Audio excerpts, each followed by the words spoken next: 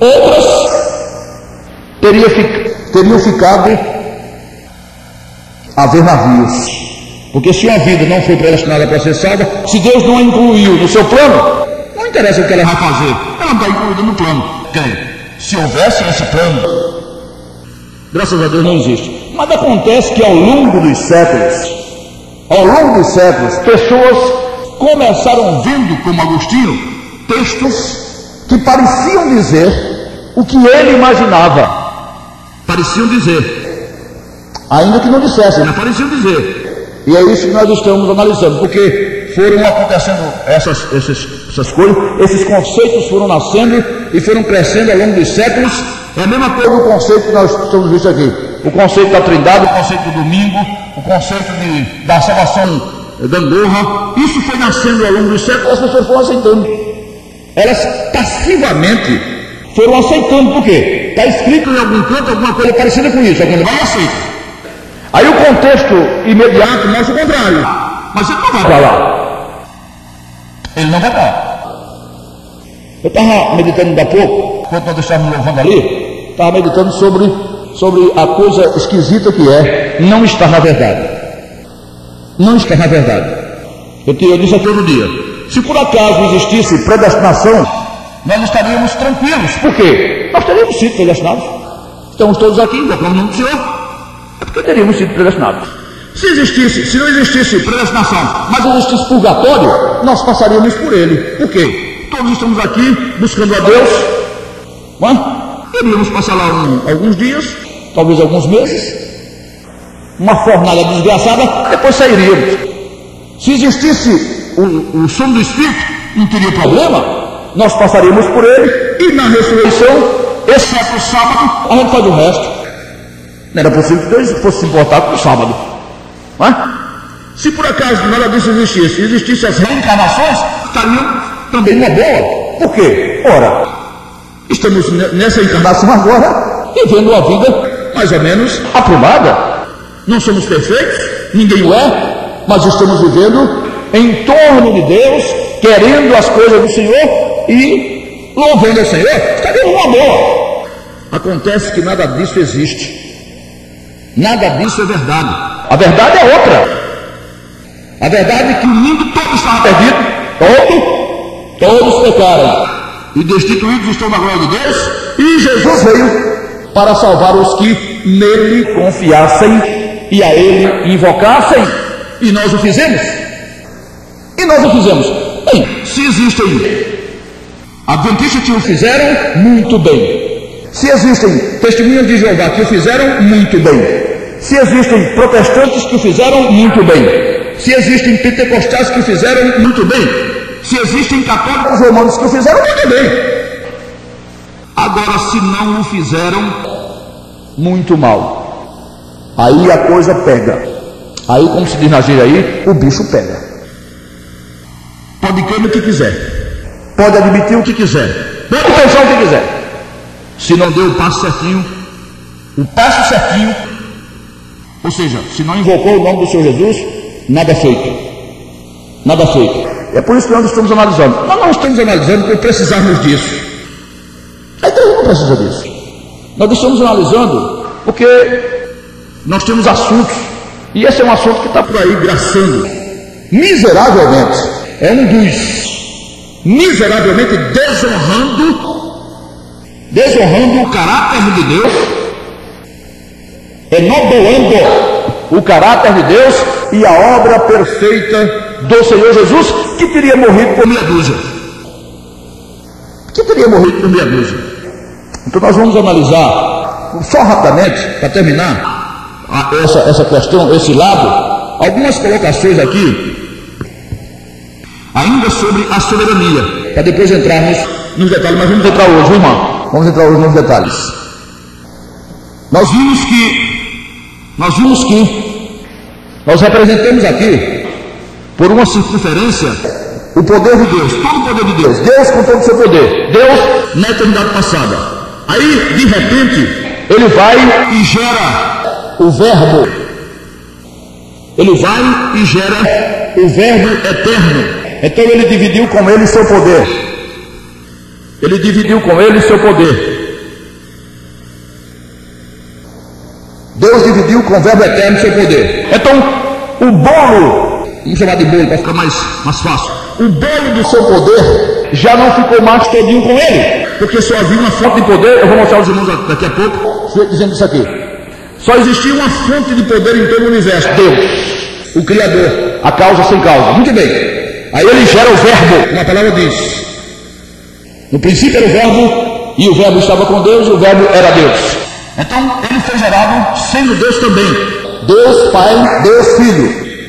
Então ele teve um pouco desse poder, ele teve uma parte desse poder. Deus resolveu então criar os anjos. Os anjos absorveram também uma parte desse poder de Deus, porque Deus os fez seres morais, capazes de desobedecer. E 1/3 dos anjos criados desobedeceram. E se desobedeceram é porque tinham poder para isso. Aí Deus criou o homem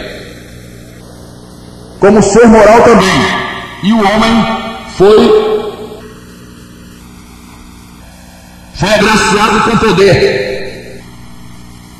Tanto foi que se rebelou contra Deus e desobedeceu.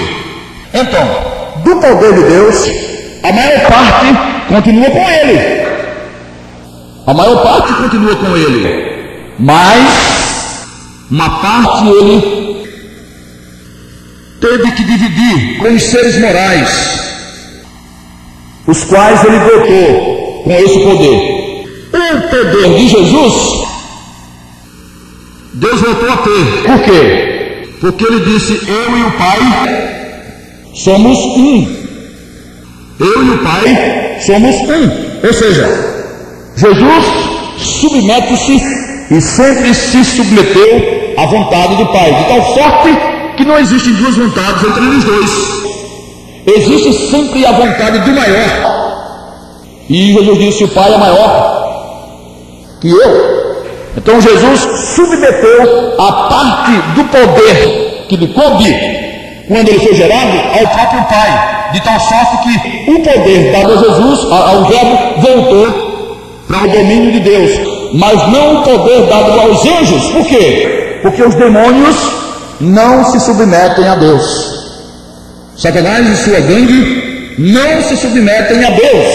E eles têm poder, ou não têm? Aí tem umas pessoas que dizem: Satanás tem força e Deus tem poder. Não sei por que eles inventaram isso aí, essa brincadeira, essa anedota. Isso é anedota. Satanás tem força, mas poder só tem Deus. Satanás tem poder, do poder que Deus lhe deu.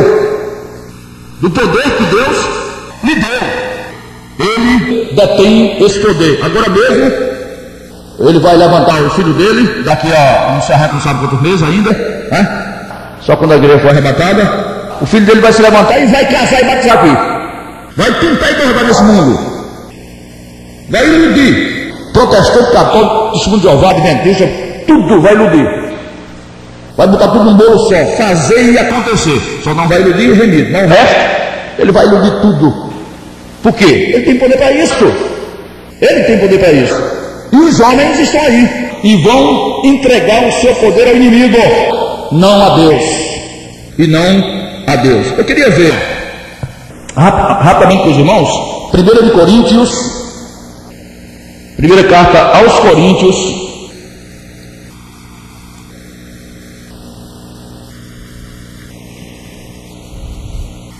capítulo 15. Primeira carta aos Coríntios, capítulo 15, verso 24. O apóstolo Paulo está falando sobre o final. A ressurreição é um assunto escatológico que ele está tratando aqui.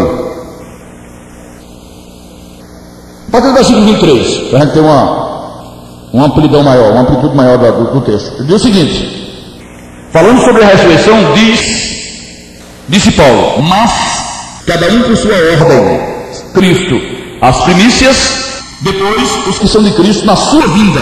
Então o assunto é escatológico. Depois virá o fim, quando tiver entregado o reino a Deus, ao Pai, E quando houver aniquilado todo o império e toda a potestade e força. Ora, como é que Jesus vai aniquilar o que não existe? Se a vontade de Deus hoje é soberana, a tal ponto de todos estarem a ela submetidos, que conversa é essa aqui? Que conversa é essa?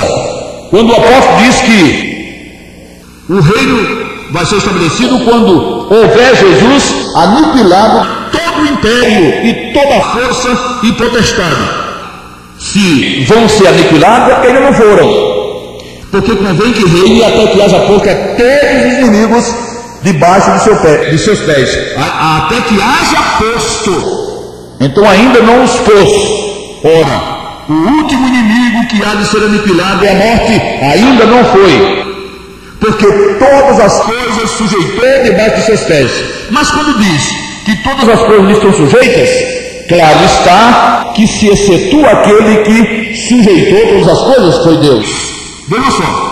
E quando todas as coisas lhe estiverem sujeitas, então também o mesmo Filho se sujeitará àquele que todas as coisas lhe sujeitou, para que Deus seja tudo em todos.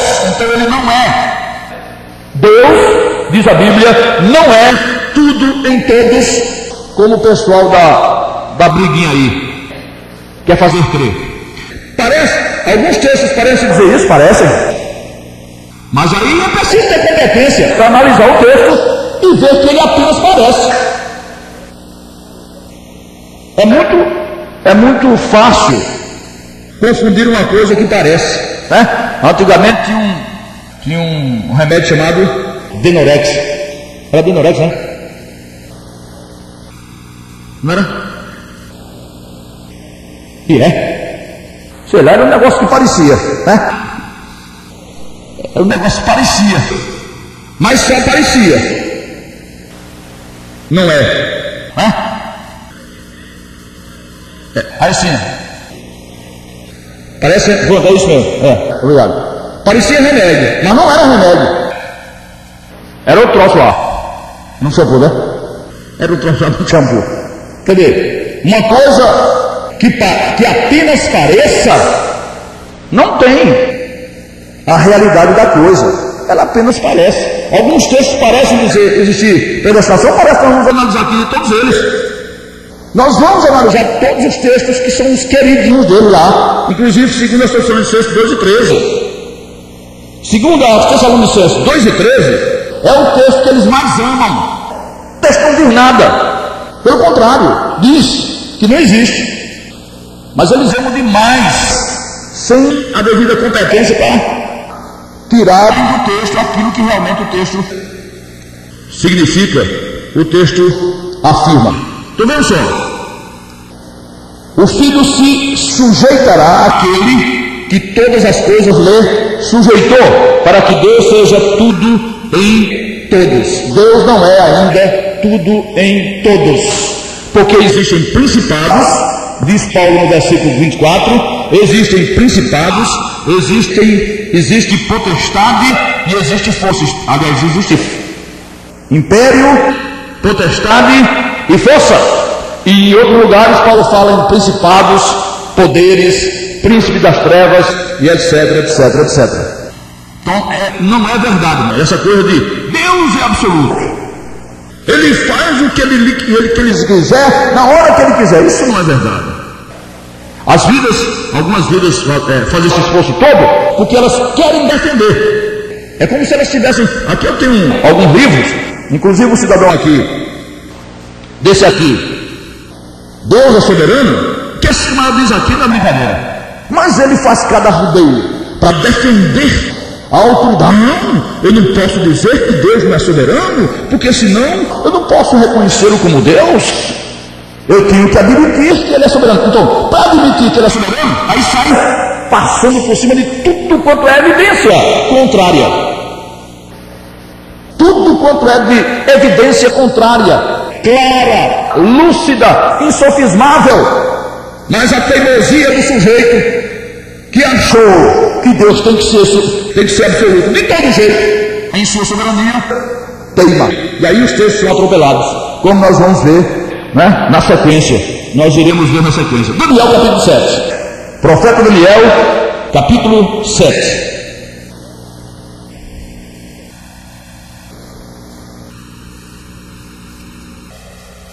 Profeta Daniel capítulo 7.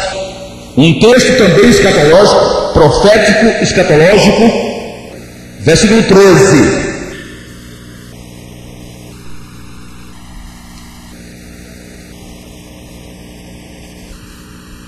Versículo 13. O profeta disse o seguinte, Daniel 7, verso 13.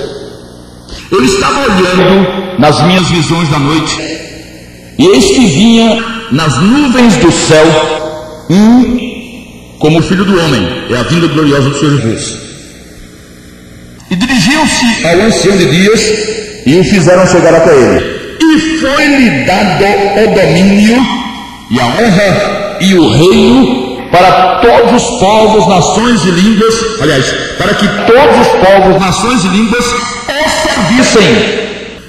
O seu domínio é um domínio eterno, que não passará, e o seu reino, o único, que não será destruído. Quem conhece a escatologia, e quem conhece a escatologia profética, né? Aliás, quem conhece a profecia escatológica, sabe muito bem que o profeta estava se referindo aos últimos dias, aos dias da vinda gloriosa do Senhor Jesus. Nunca aconteceu isso aqui. Isso ainda não aconteceu. Ou já aconteceu? O domínio, a honra e o reino para que todos os povos, nações e línguas o servissem. Os povos, nações e línguas estão servindo a Jesus hoje? Só se você for que for doido de jogar pedra para afirmar um negócio desse. Né? A violência campeando aí solta. Cenas absurdas. Nós estamos vendo por qualquer coisa. As pessoas estão sendo mortas. E Jesus vai dominando, né? Quer dizer que os reinos deste mundo estão na mão de Jesus. Pois está uma beleza. Qual é o futuro do mundo? Qual seria o futuro do universo se essa miséria toda aí estivesse sendo processada, estivesse acontecendo no reino de Jesus? É claro que isso aqui é futuro. Ora, vejam só. E foi-lhe dado o domínio e a honra e o reino para que todos os povos, nações e línguas o servissem. Muito bem. Futuro. Então, se hoje os povos, as nações e as línguas não servem ao Senhor, onde é que está a soberania dele? Onde é que está a soberania de Deus quando os homens decidem fazer o que eles querem e fazem? Aí eles dizem, eu tenho aqui com enrolados, isso é a vontade permissiva. Existe a vontade diretiva, a vontade permissiva, aí começa a criar, né? Que enrolado, como é que quer criar um negócio? Não, isso é a vontade. Sim, o que é a vontade permissiva? O que é a vontade permissiva? Se Deus permite que uma pessoa faça o que ele quer, então ele delegou poder àquela pessoa. Se ele delegou o poder, zebra. Se ele delegou o poder está com ele mais. Então, se ele não está mais com o poder todo, ele não tem o domínio. Ou tem. Ou ele é soberano quando dotou outros seres morais de soberania. Seres morais são aqueles seres que têm o direito de agir de acordo com a sua vontade. Esses são os seres morais. Não significa que eles sejam moralmente perfeitos, não. Não é? Moralmente perfeitos, não. Mas é que eles têm um poder. E esse poder foi cedido pelo próprio Deus. Eu queria mostrar aos irmãos. Lê aqui uma. Antes disso não. Eu queria mostrar aos irmãos aqui algumas afirmações do Senhor Jesus. O relógio. Mateus 18. Algumas afirmações do Senhor Jesus. A gente não vai entrar ainda no mérito da questão antes de passar por isso aqui. Porque eles acusam Jesus, eles acusam o Senhor Jesus de concordar com essa bestialidade que eles pregam por aí, chamada predestinação probabilística. Acusam logo quem? Mateus 18. O Senhor disse, 18:1-3. Naquela mesma hora, chegaram os discípulos ao pé de Jesus, dizendo: quem é o maior no reino dos céus? Dos céus. E Jesus, chamando o menino, o pôs no meio deles, e disse: em verdade vos digo que, se não vos converterdes e não vos fizerdes como meninos, de modo algum entrareis no reino dos céus. Nem sequer no reino dos céus. Não era reino de Deus, não. Era no reino dos céus. Se não vos converterdes. Mas essa turma diz que a fé, nós vamos analisar isso depois, a fé é um dom de Deus, um bichinho, rapaz. Eu tenho uma pena deles. E eu não estou falando dos meninos daqui de Caruaru, não. Da turma daqui de Caruaru, não. Estou falando dos grandes, peixes grandes, Calvino, Lutero, Spurgeon, Samuel Falcão, a turma grande. Nenhum sai daqui, não interessa. Os piadinhos de Caruaru, vai perder tempo com piada. A gente está pegando logo tubarão para cima, para riba. Faz pena. Os coitados não conseguem dividir nada, era outra coisa, dimensionar. Eles não conseguem dimensionar misericórdia. Misericórdia, mas está tão fácil. Nós vamos ver na sequência que está fácil demais. Fácil demais. Eles conseguem, todos eles, a partir de Calvino. A palavra isto, pela graça foi salvo por meio da fé, e isto não vem de vós, é dom de Deus, todos eles, inclusive alguns aqui de Caruaru que fizeram alguns artigos por minha causa. Olhe, a fé é um dom de Deus, ninguém pode crer se Deus não encheu o seu coração de fé. Aí, qual o texto, negão? O texto: pela graça sois salvos por meio da fé. E isto não vem de vós. Eu consultei dois professores de português. Por via das dúvidas, semana passada. Eu procurei dois professores de português e qual é a possibilidade, mostrei o texto, qual é a possibilidade na língua portuguesa de que nesse contexto aqui, aí eu mostrei o texto, eu mostrei o versículo lá, isto se refira à fé. Vamos ver aí. Efésios 2:8. É uma mudança bem rápida. Eu vou voltar já. É só para os irmãos terem uma ideia de como a coisa funciona. Efésios. Esse é também um dos textos que eles usam mais para provar a coisa deles.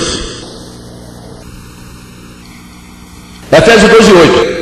Eu perguntei a dois professores, perguntei a um, depois perguntei a outro, qual a possibilidade exegética, considerando a língua portuguesa, para que isto aqui, 2:8, porque pela graça sois salvos por meio da fé. E isto não vem de vós, é dom das obras. Aliás, é dom de Deus. Só sempre das obras mesmo, né? Verso 9. Não vem das obras para que ninguém se glorie. Estou pior do que eles, né?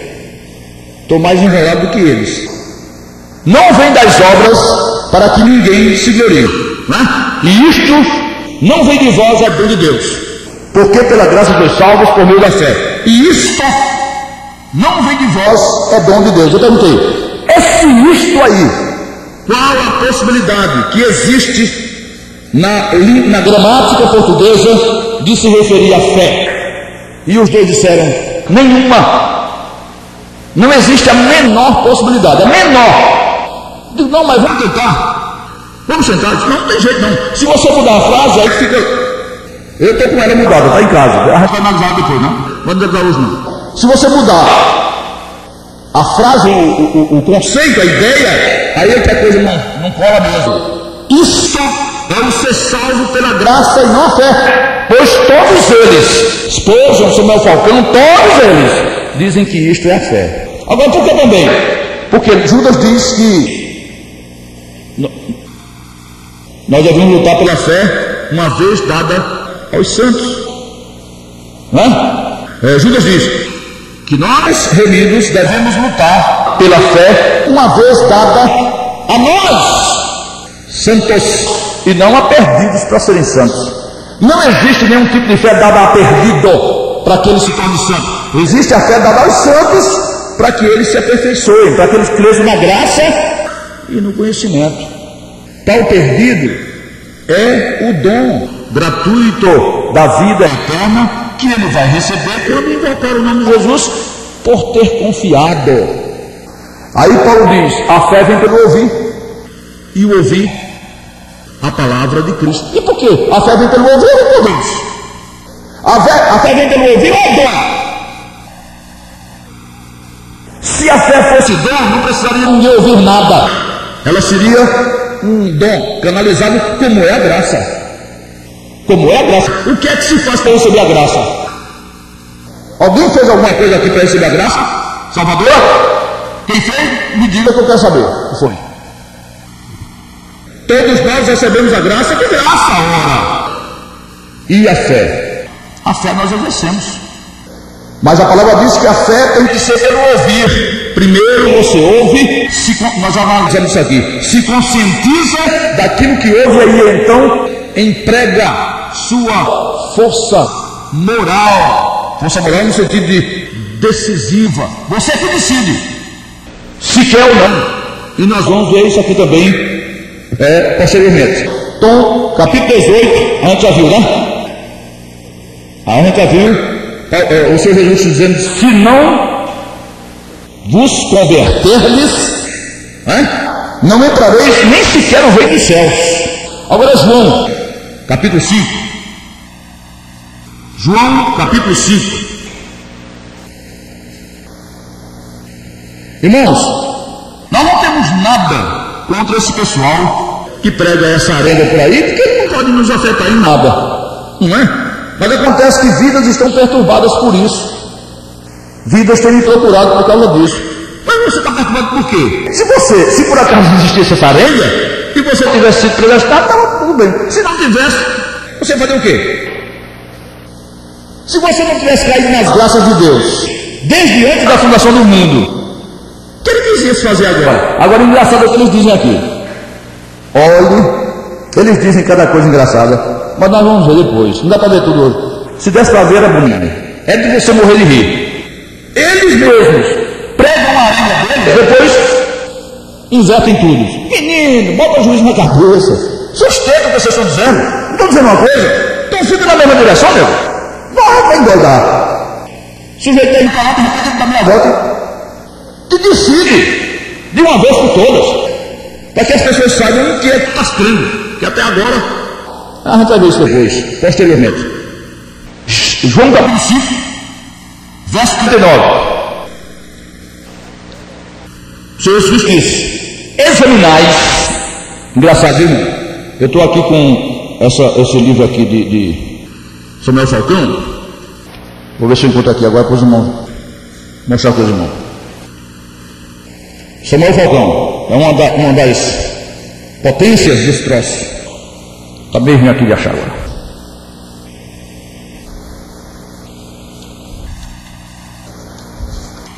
Ele usa essa palavra de forma incorreta, de forma errada. Não. Examinais as Escrituras, porque vós cuidais ter nelas a vida eterna, e são elas que de mim testificam. Vejam só, o que é que Jesus está dizendo? Fala, muito bem. Muito bem. Aqui, alguns usam o verbo aqui no imperativo. Isso aqui mesmo está usando, eu não consigo encontrar agora. Depois eu encontro para mostrar. Eu devia ter marcado, não marquei. Visto? Muitas vezes eu já vi no rádio também aqui em Caruaru. Eles usam examinai. Como se o verbo estivesse no imperativo, mas o verbo está no presente do indicativo. O senhor está dizendo, examinais, ou seja, eu reconheço que vocês examinam. O senhor estava afirmando e não mandando. Examinais as Escrituras, porque vós cuidais ter nelas a vida eterna, e são elas que de mim testificam. Tudo certinho. Aí ele diz, e não quereis vir a mim para teres vida. Bem, eles não queriam ir ou não podiam ir? Eles não queriam ir a Jesus para terem vida ou não podiam ir, e por isso não iam. Bem, ou Jesus está aí com enrolada, ou então eles não queriam. Eles é que não queriam. Não é que o Senhor os impedia de ir, não. É que eles não queriam.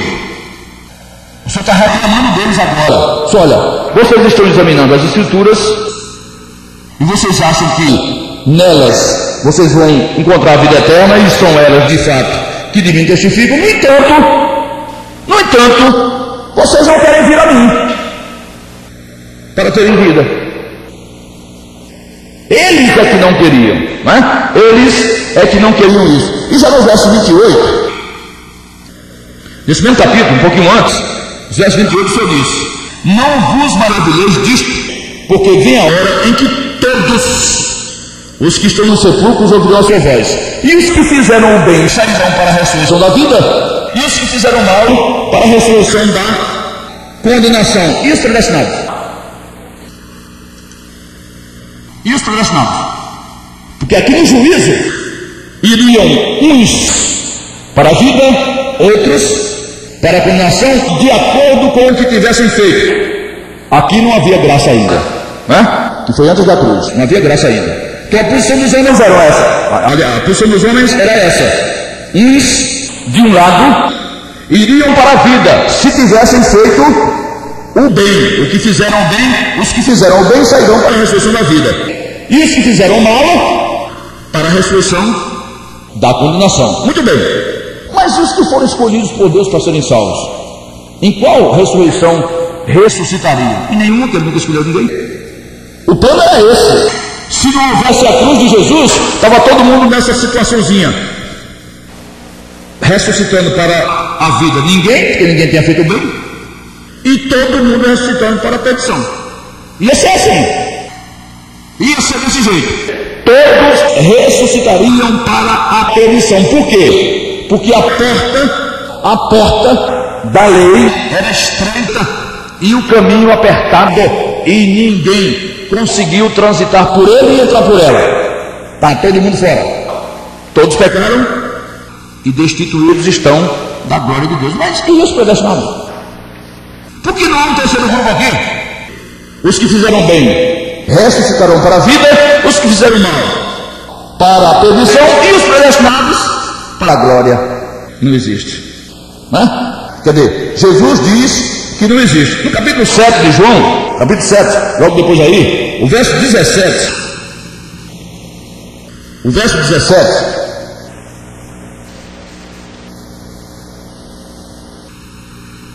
o seguinte, e eu estou citando apenas alguns textos ditos por Jesus, para depois a gente entrar nos textos que eles defendem.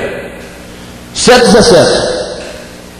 Disse o Senhor Jesus: se alguém quiser fazer a vontade dele, a vontade de Deus, pela mesma doutrina conhecerá se ela é de Deus ou se falo de mim mesmo. Verso 16, para entender ideia melhor, né? Verso 16. Jesus lhes respondeu e disse: a minha doutrina não é minha, mas daquele que me enviou. Se alguém quiser fazer a vontade dele, ou seja, daquele que me enviou, pela mesma doutrina conhecerá se ela é de Deus ou se falo de mim mesmo. Se alguém quiser fazer, e quem não foi predestinado tem direito de querer? Onde era que quem não tivesse sido predestinado poderia ter o direito de querer ou não fazer a vontade do Senhor? Jesus não conhecia a predestinação.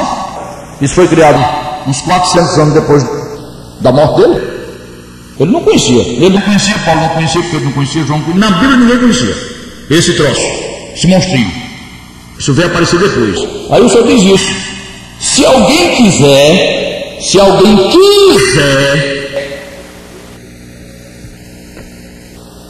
alguém quiser e não se alguém puder. Ele não colocou em dúvida o poder desse alguém. Ele colocou o querer. Ele mencionou o querer. Não faria sentido nenhum. Não faria sentido nenhum.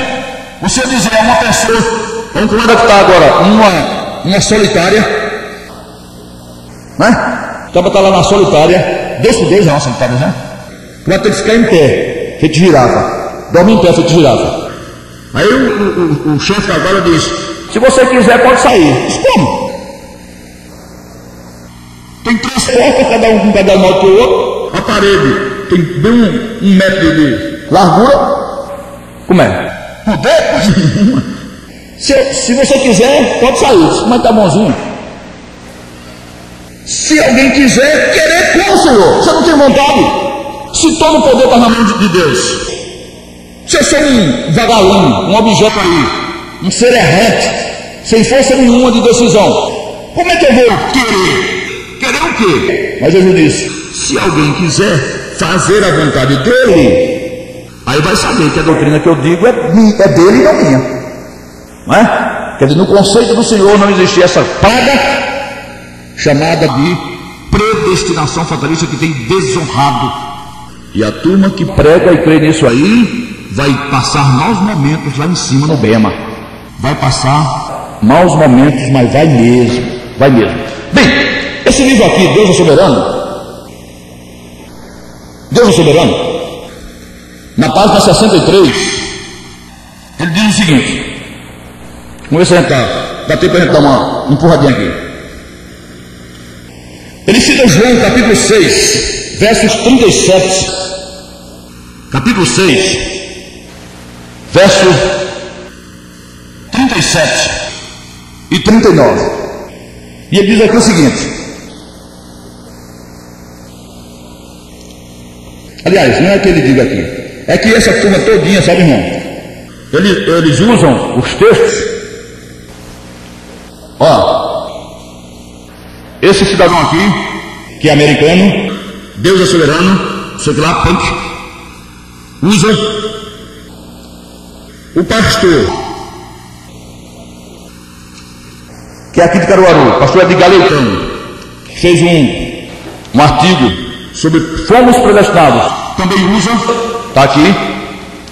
Depois dele, Samuel Falcão usa, Spurgeon usa, Meilindo, a Confissão de Fé Batista usa, Spurgeon usa, Samuel Falcão aqui, e a Confissão de Fé Batista. Todos eles usam textos de João, textos de Jesus lá em João. Então veja só, ele diz aqui o seguinte, o verso 37, ele repete aqui, né? Todo o que o Pai me dá, virá a mim. E o que vem a mim, de maneira nenhuma, o lançarei fora. Verso 39. E a vontade do Pai que me enviou é esta, que nenhum de todos aqueles que me deu se perca, mas que ressuscite na última hora. Não é? Última hora, né? No último dia. Muito bem. Isso diz ele aí, Spurgeon aqui na página 12 diz o seguinte.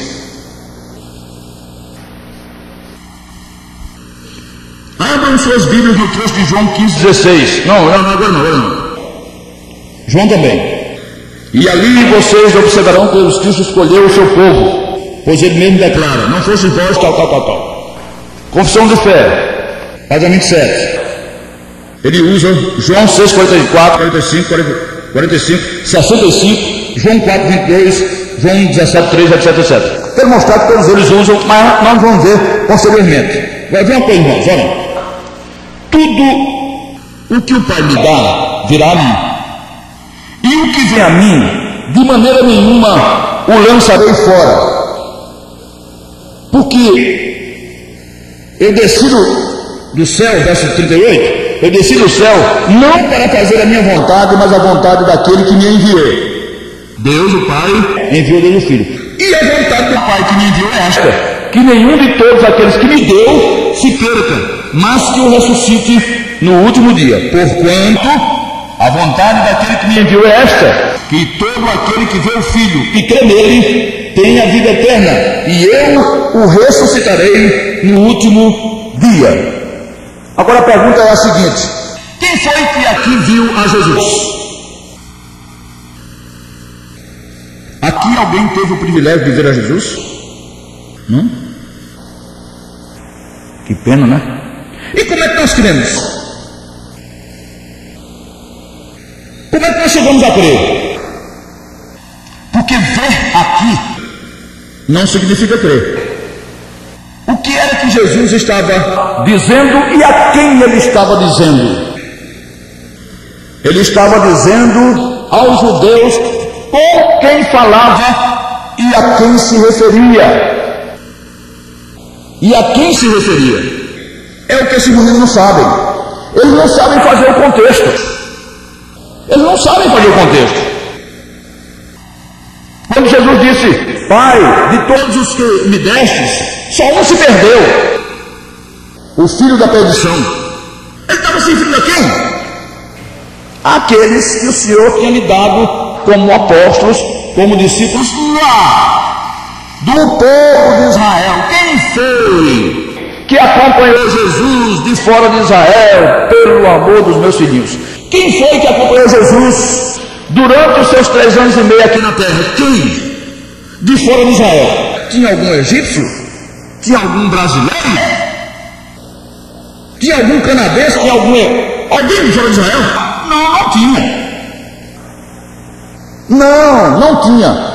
Há um texto em João também, onde Caifás profetizou, dizendo que Jesus teria que morrer para salvar toda a nação.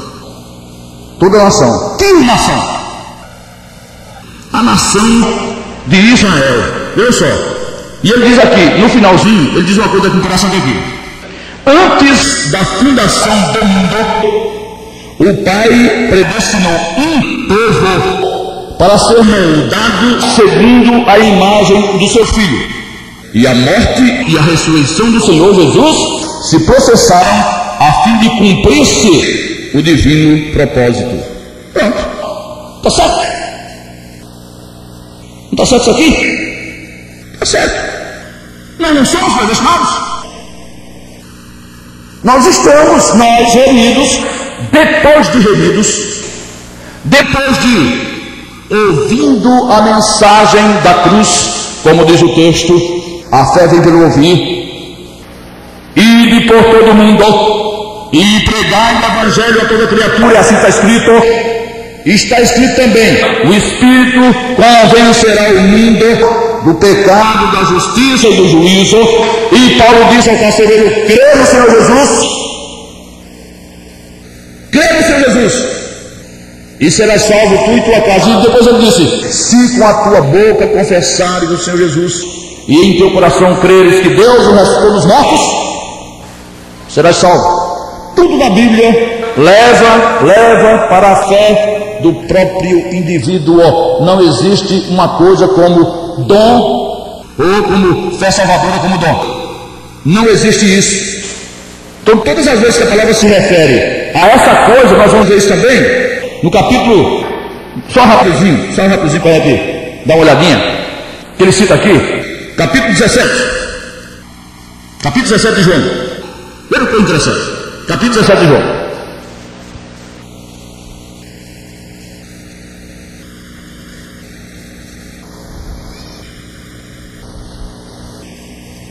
Veja só que coisa interessante.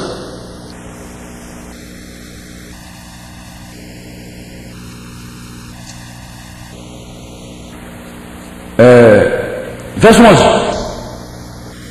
e eu já não estou mais no mundo, mas eles estão no mundo e eu vou para ti. Pai Santo, guarda em teu nome aqueles que me deste, para que sejam um, assim como nós. Estando eu com eles no mundo, guardado em teu nome. Tenho guardado aqueles que tu me deste, e nenhum deles se perdeu, senão um filho da perdição. Quer dizer que o Senhor deu a Jesus um filho da perdição? Como é que Deus deu a Jesus? Eles usam esse texto aqui como se fosse texto para predestinação. Lembra? Que embrulhada é essa? Que embrulhada desgraçada é essa? Quer dizer, Deus deu um bocado de predestinados para a salvação a Jesus, depois disso perdeu.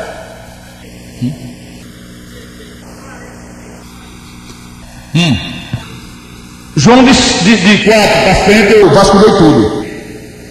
Mas vamos para ele. Sim, exato.